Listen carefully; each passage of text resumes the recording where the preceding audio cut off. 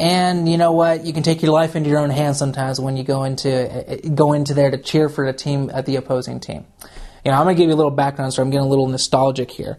There was a time where I went with my father-in-law to a Yankees game. They were playing the Minnesota Twins. We were at Yankee Stadium. And, the Twins are starting to kick some booty, and I stand up and tell all Yankee fans that they can't spell the last name of Doug Minkiewicz. And they couldn't. I know New Yorkers. They couldn't spell the last name. And I swear to God, I thought I wouldn't get out alive. I did.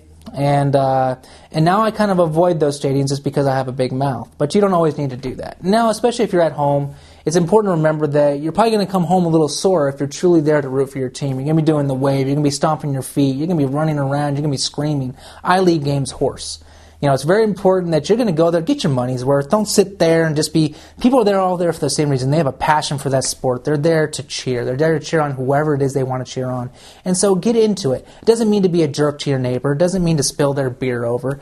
It just means get into it. Really, learn the wave. Learn the seventh inning stretch. Take me out to the ball game. You got to know that song. You got to be able to get up and sing it and just blast it out. Know the Star Spangled Banner. That's really important at the beginning of the game.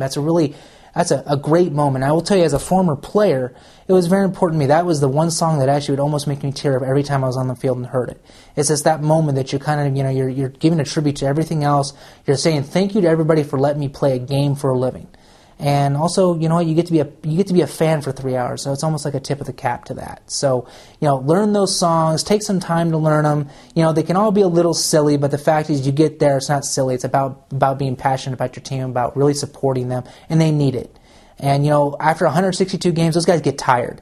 So hearing your fans roaring for you, it keeps you going, because working 9 months out of the year when you're on the road for 4.5 to 5 months of it, those players deserve it, just like you deserve them to perform well.